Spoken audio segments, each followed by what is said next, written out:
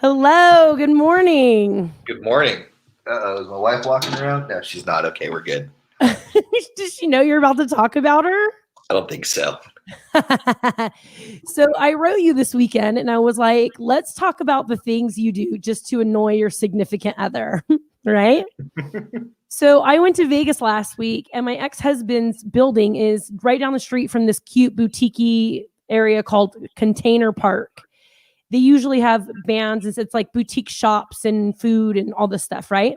And he goes there all the time. It's like one of his favorite spots for bring clients and family and tourists. And I know, Cheyenne, we did Ian in the background too. Ian loves Ian. More than most. So anyways, in the front of it, there's this big giant heart called Locks of Love. And you put a metal heart on there with your names, your love names, and you lock it to this heart. And there's like thousands, right? So I put a heart and I put Madden as big as I could and to put hashtag self-love underneath it. Right dab in the middle, right? So he goes down there with our friend Orphan Andrew from Sacramento this week. He goes, it's not even like, where's Waldo up in here? So now every time, and he goes there for lunches. Now every time he walks down there, he has to see my annoying name sitting right in the middle. Respect. Hey, and he can't. I have the keys. Like he can't take it off of there.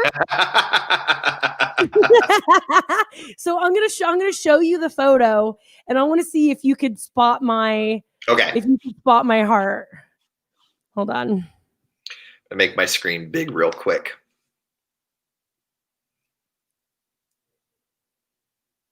Okay. Let me know if you can see it. Yeah, I see it right there. It's right there. It's right there. It's right there if you can see it. And like his favorite vegan stores and everything are in there. So he has to like now, and now that he has seen it, he can't unsee it. Like, it's going to bug him. He's going to have to see it every single time. Every single time. That's outstanding. Well played. Well okay, played. So you need to tell everybody what you've been doing to Michelle. Let me make sure that. All right, we're good. When you go to Vegas again, go see if take a picture for me. You'll be able to find it clearly. So you may or may not know that my wife is visually impaired. You're a monster. Okay. She has RP, retinitis pigmentosa. I'm telling this story, by the way, because we're both super cool. Anyway, so we have these cardboard cutouts, right? Mm-hmm. What's up, guy? By the way, and I'm just now noticing they got my chest hair in this one. I didn't realize that. Anyway. that handsome cardboard cutout of you.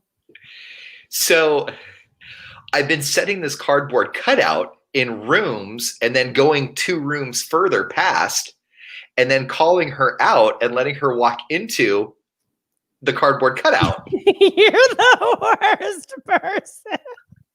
Because the way that her vision is, she doesn't track very well. Okay. So think of a racehorse. Okay, like a racehorse has blinders on either side. Yeah, she has like tunnel. She can only see straight ahead. Mm-hmm. Straight ahead. So if she catches anything out of the side of her eye, like instantly it grabs her attention because she's not used to seeing that. So I would set this cardboard cutout like in the entryway, and then I would go all the way over into the playroom, and then I'd be like, "Hey, Michelle, come here." So she'd be like in the bedroom working because she was working all weekend. She'd be in the bedroom working, and she'd be like, "What?" I'd be like, "No, seriously, come here, check it out. Look what I did." And I'll be calling her from the playroom, and she'll have to walk by the entryway, and then bam, there I am. But it's not me; it's the cardboard me. So how many times has she punched cardboard Ian in the face?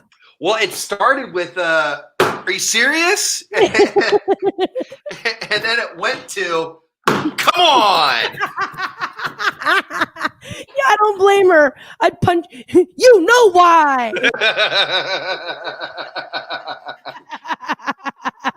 So, I had the worst weekend, and when you told me that story this morning, I was like, I don't know if it was just emotional but I cannot stop laughing. I mean, everybody should go. I'm glad Michelle has a good sense of humor. She does. We've really been waiting to talk about her. Like we haven't been waiting to talk about her vision, but because she worked at the prison, we could never really bring it up. But I mean, it's like a part of our life, Yeah. And so there's little things here and there that I get to get away with because of that tunnel vision. She can't see below her nose. And so like when we go out to restaurants, I can sneak my hand literally right across the table underneath her face and take food off of her plate, and she can't see me do it. Because she can only see me. When did you realize that? Like, were you like testing the visual limits one day? Or did you take food and notice that she didn't notice it? Like, how do you even know that? Well, so it's because it started out when we first met. When we first met, everybody asks the same questions every time. What can you see? Like, you're looking at me. How blind can you really be? Well, she's pretty blind. Yeah. So when we first met, I was just asking her, and I didn't really understand for the first couple of years, but like, when we sit on the couch and we watch a movie, she's not looking at me. So like I can flip her off for like minutes. And I'll just have it sitting there like that for minutes. You're the worst. Or like she'll be staring at me, but kind of like down. So she's not really looking at, because unless she's looking right at you, she doesn't see you, right? So we'll be sitting there. And because it's really weird for her to look up and see somebody staring at her. So she'll be like staring at me, but not really. So she'll catch my eye and I'll think she's looking at me. And then I'll realize that she's not. And so I'll just stare at her like this until she looks up at me, and it startles her every time. Well, yeah, it does. You're the one who knows her blindness the most, and you use it to your advantage.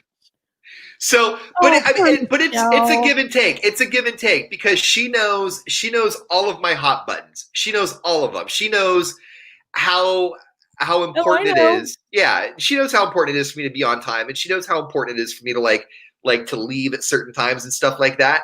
And so she'll push those all the way to the limit. She'll push it till there's like a minute left in my head to walk out that door. And she'll be like, "All right, you ready?" So yeah. You're like starting to get mad, but then she cuts it off so you can't. So you just have to hold it in that she took that long. Right. Because then you're not technically late. Exactly. It's like when you like put a line between your two kids, you're like, don't cross the line. You're like, I'm not crossing the line. I'm not crossing the line, but I'm right there, but I'm not crossing the line. Tiffany, everything I do is annoying to whoever I'm dating. So I don't need to try. So anyway, yeah, if you have a blind wife, do that. There's a whole bunch of things you can do. These are just a couple of them.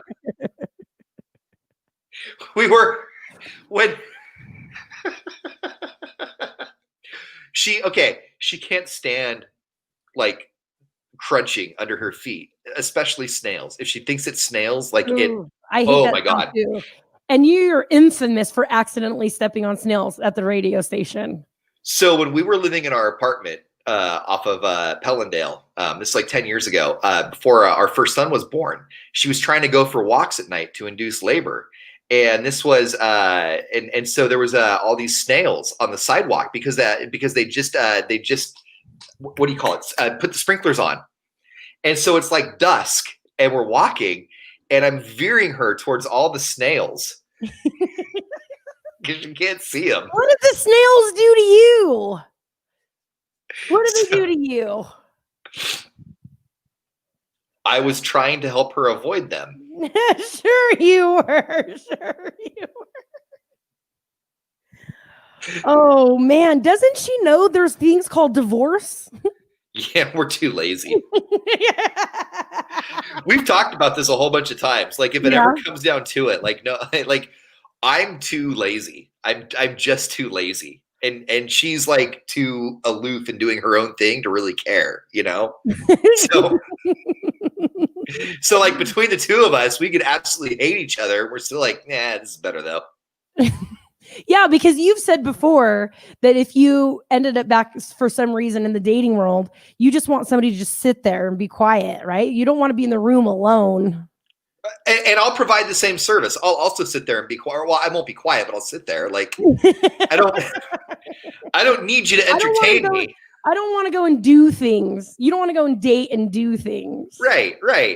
Like we don't got to get dinner. We can get some like Michelinas, the little $1, like the little pastas or whatever, Like I said, so many men. I remember when my ex-husband was dating and I go, how's the dating? He goes, they all want to go hiking. And I go, then go hiking. Right? He goes, meh, seems like a lot of work. I'm like, you guys are the worst.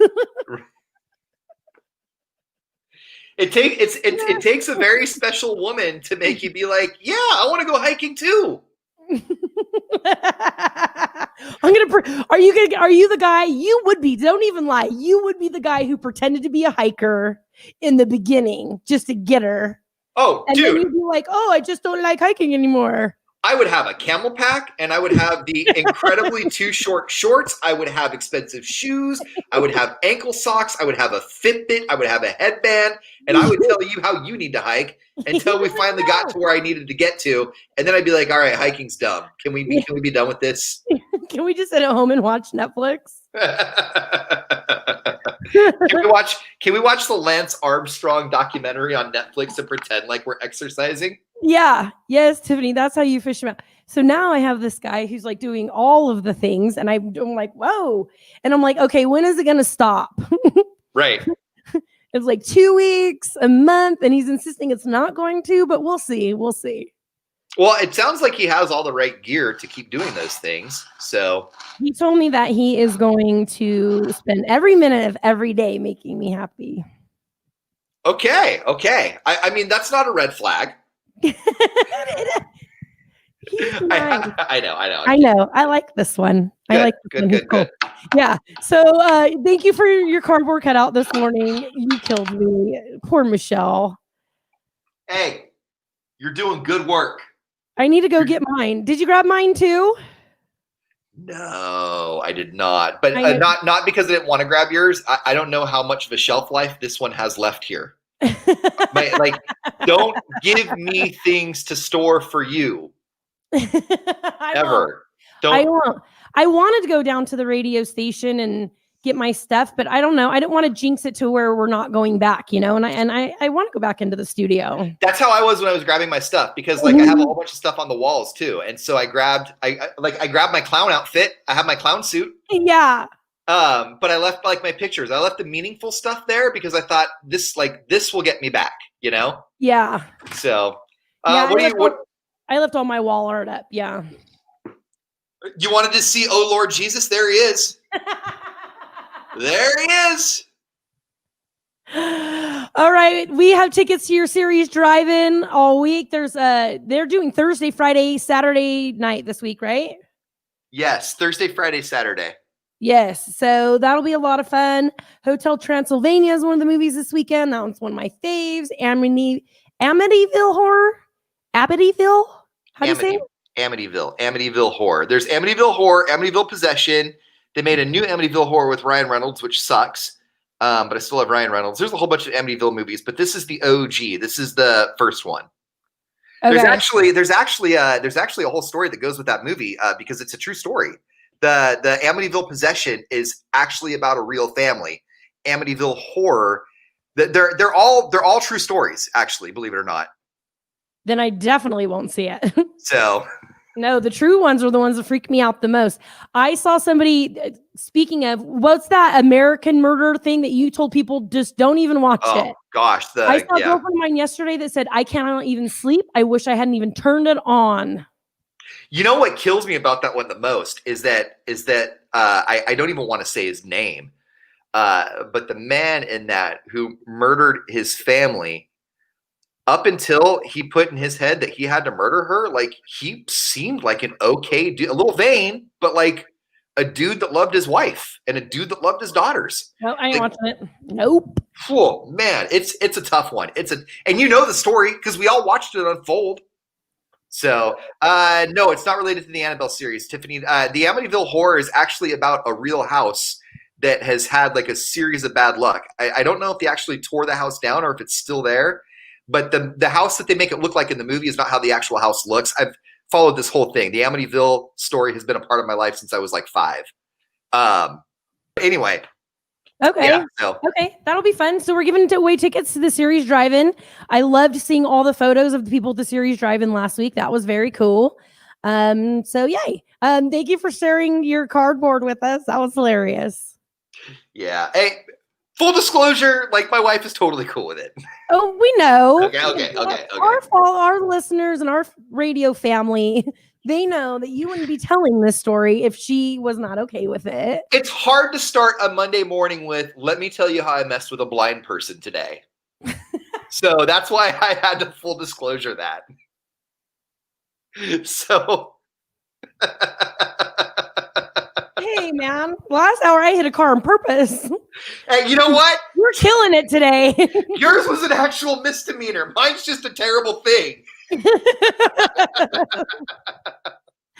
All right, you guys. We'll see you tomorrow. Bye. Bye.